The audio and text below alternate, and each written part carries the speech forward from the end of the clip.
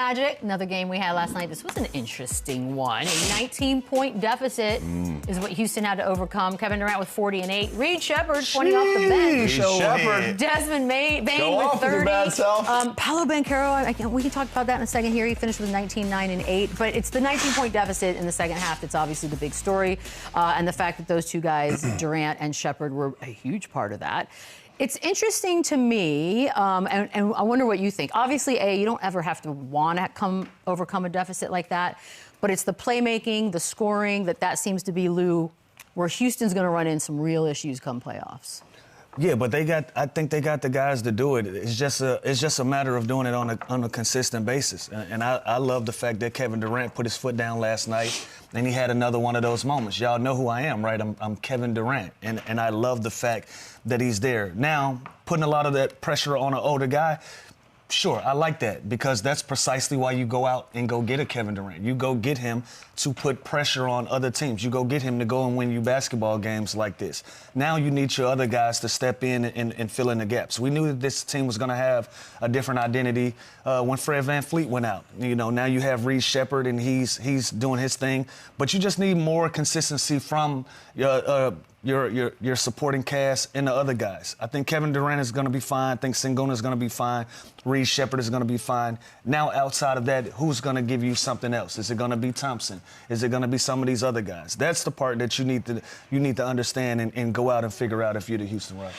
Yeah, I think they had Omaha at the line, right, once Fred got hurt. Like, they have Thompson, who's started off as point guard. Like, it changed everything. It changed their entire style. It changed their entire rotation. Like, it changed everything. And obviously, Thompson started off the season as point guard, and he still plays a lot of that, and it's not his natural position.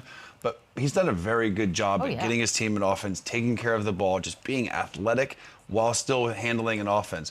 Reed Shepard is a point guard, but he's more of that scoring threat, shooter, set of guys up. He needs somebody to set the table for him. Exactly. He's almost a two guard. And by the way, I think he was my most improved pick. He was my Rookie of the Year pick last year. Yep. And he went from Are you coming back now? I like you for more. He went from 4 points to 12 points. Okay. Like, he should be in the running too. I know we talk about AJ Mitchell and a lot of other guys, but this kid's having a great year. Obviously, that's with more opportunity with Fred out. And the team is missing kind of that setup guy, but they are so talented. No, they got setup guys. They need somebody to make plays. Yeah, like they just need a point guard. They need somebody, like you just said, Thompson has done a solid job of getting them in their offense. Reed has done a solid job of getting them in that offense. You need somebody to break the defense down and be able to kick out or get in the lanes and do things and make this game speed up and take a little pressure off of your marquee guys, you know? And so sometimes they play a little slow and they get behind the 8-ball, and that's how you create these deficits like last night, because you're playing too slow. You need somebody to be able to break the defense down and create on the fly, and they just don't have that dynamic guy. Yeah, like a Darius Garland, I feel like would have been great for them. Like someone like that can, like Lou just said, that can make it easier for everyone else while being able to attack. And again, Reed's doing a great job. See, they're 7-2 when he scores 18 points in the game. So you know Udoka wants him to be, aggressive. Because you can't just be Kevin Durant, his age, and Sengun. Also, we haven't even talked about him. Like, think about how talented this team is offensively. You can play through the big.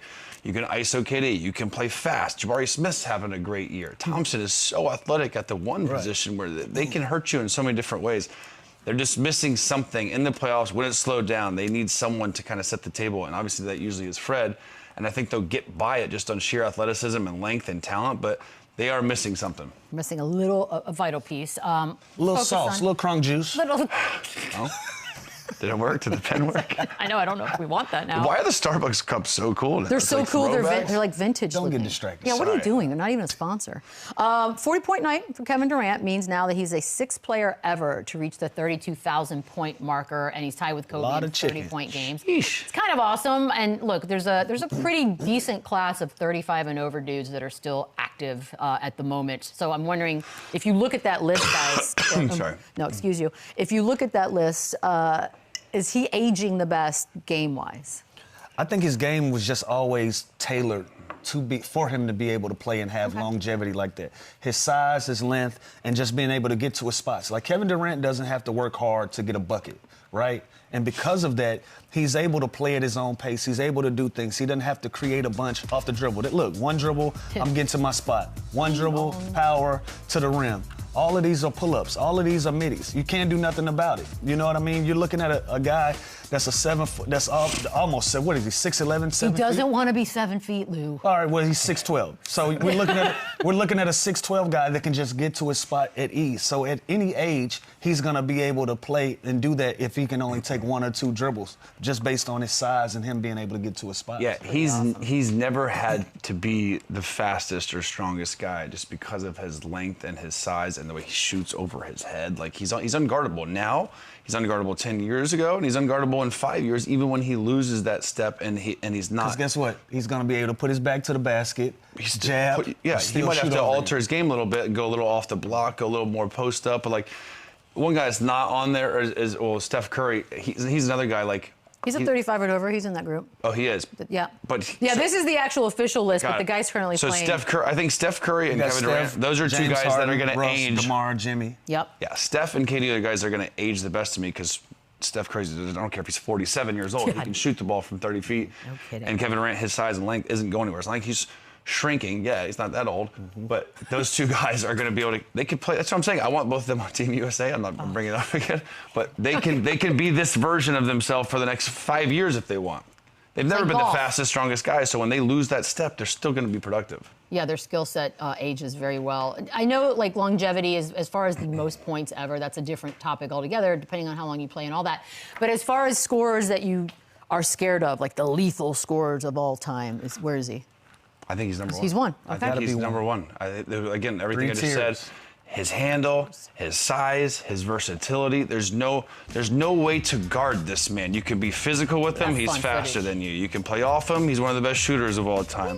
He's so long and athletic. Like, game. You can't put someone smaller, or there's no solution besides double teaming him, and then still usually he's going to make the right play and get out of it. So there's a lot of great scorers. Like Kobe was insane to guard. Like LeBron is more passive and more facilitator, but ISO, one-on-one, like if you put a one-on-one tournament with anyone that's ever touched a basketball, I'm picking him to win. He's just a classic. Yeah, not a lot of shimmies and shakes and all of that stuff. He just gets right down to business, and he's able to score the basketball. Like I said, he just uses his size. There's nothing you can do with him. And mentally, he tries to play team basketball and can also go out on a whim and just do what he wants to do as one of the best one-on-one players of all time. So being 6th on the scoring list, that's an amazing accomplishment. People can say what they want, but he's one of the best. He's one of the greatest basketball players we'll ever see. If the NBA does the one-on-one tournament next year, and he'll be got my vote. Yeah. I think he's still the favorite. I think he's the favorite to win. Crazy. Like, I swear, you can't guard him. I mean, I really hope there ain't no this help. happens. There's no defensive. There's no nothing out there one-on-one. He's the guy. Do you know the ratings that would get if you get to watch Kevin Durant play one-on-one against someone? It'd be epic. One dribble, 2 dribble, 3 dribble. It doesn't matter the rules of one-on-one. He's winning. That fixes everything, by the way. Okay, so top whatever of all time. Chandler's real big on history, too, so he's going to want to include all the greats. I think he's already top 10. Top 10 of all time. He's right there. I don't know how many more guys he can pass, because, again, now we're getting into some real legends, but I think he's the best scorer of all time. I think he's the most versatile.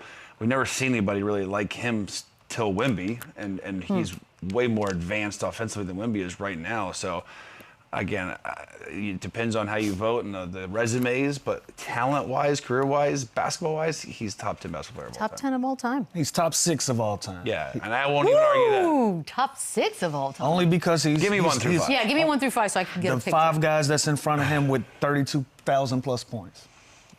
Oh. Wait, throw that up there again? Because I feel like that eliminated a few people that maybe it wouldn't have. I hope. Yeah, sure, but like Steph Curry and all of those guys. But there's no way you have go. Karl Malone ranked ahead of Kevin Durant.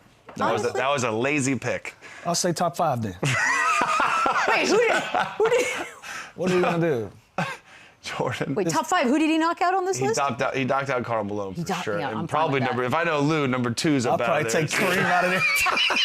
I know, I was going to say. I feel So like we got LeBron, So he's Michael, top 4. He's top 4. Kobe, Kevin Durant. Yeah, but we got to put Steph Curry in this conversation. But again, these lists are subjective. They're You're gonna change. ageist. No, Those are like all contemporaries. because I've never seen a lot of these guys play, and I think we put some of these people on our list just to please other people's opinions. Societal pressure. Yeah, societal pressure. Nope. I've never seen some of these guys play. I've never seen them play. Never seen him play. Oscar Robertson? Never seen him play. Chandler did say he watched a lot of Larry Bird highlights. So he has Do been yourself a doing favor, his watch some research. Bird highlights. There you go. There's your advice for the weekend, kids. We're going to take a quick break. More Run It Back on the other side. Top 4. Run it up.